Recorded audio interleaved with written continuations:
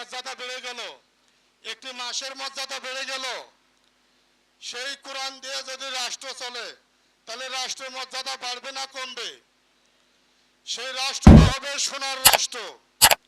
তাই আসুন আমরা সবাই কোরআন দিয়ে রাষ্ট্র গড়ি, কোরআনের সমাজ গড়ি।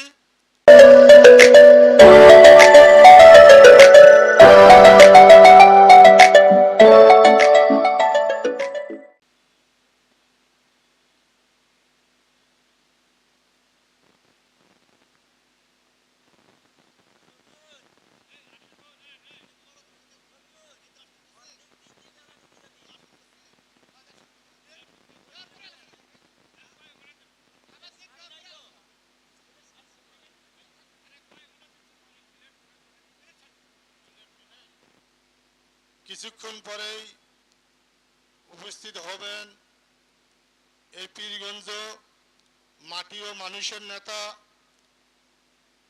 জনগণের নেতা, জনপ্রিয় নেতা, নবনির্বাচিত এমপি মাওলানা মোহাম্মদ নুরুল আমিন সাহেব। উনি কিছুক্ষণের মধ্যে আমাদের সমাবেশে উপস্থিত হবেন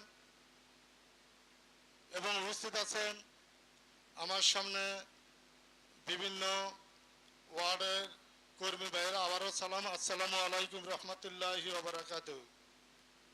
শুকরিয়া জ্ঞাপন করি সেই আল্লাহ তাআলার প্রতি যে আল্লাহ তাআলা পবিত্র রমজান মাসে ঐতিহ্যবাহী ২ নং ভান্ডাবাড়ি ইউনিয়ন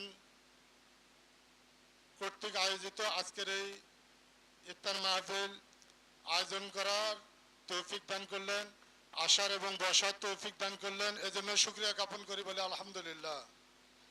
দরুদ শরীফ পেশ করি সর্বকালের সর্বশ্রেষ্ঠ নবী, প্রিয় নবী, শেষ নবী হযরত মুহাম্মদ সাল্লাল্লাহু আলাইহি সাল্লামের প্রতি। মাগফিরাত কামনা করি সেই সমস্ত ভাইদের যারা 2024 সালে এই বাংলাদেশকে দ্বিতীয়বারে স্বাধীনতা অর্জনের জন্য নিজের জীবন বিলিয়ে দিয়েছেন। মহান আল্লাহ তাআলা তাদেরকে যেন শহীদ মর্যাদা দান করেন, আমিন। তা আলহামদুলিল্লাহ, এটা পবিত্র রমজান মাস।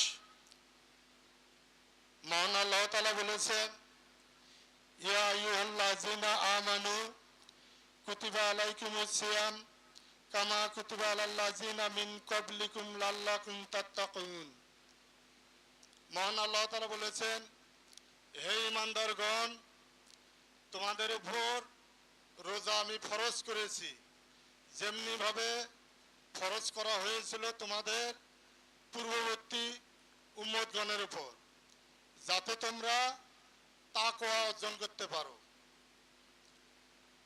তাকওয়া একটি বিরাট জিনিস। এই তাকওয়া অর্জন করার জন্যই মহান আল্লাহ তাআলা আমাদেরকে এই রমজান মাস দিয়েছেন। এই রমজান মাস অন্য মহান আল্লাহ তাআলা 12টি মাসের মধ্যে তার মধ্যে একটি মাস হচ্ছে রমজান মাস, কিন্তু এই রমজান মাস সর্বশ্রেষ্ঠ মাস।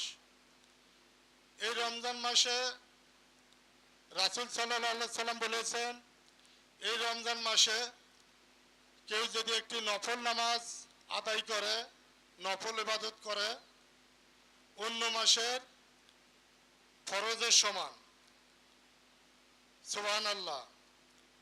এই রমজান মাসে কেউ যদি একটি ফরজ নামাজ আদায় করে, অন্য মাসে 70টি ফরজের সমান। সুবহানাল্লাহ। এই রমজান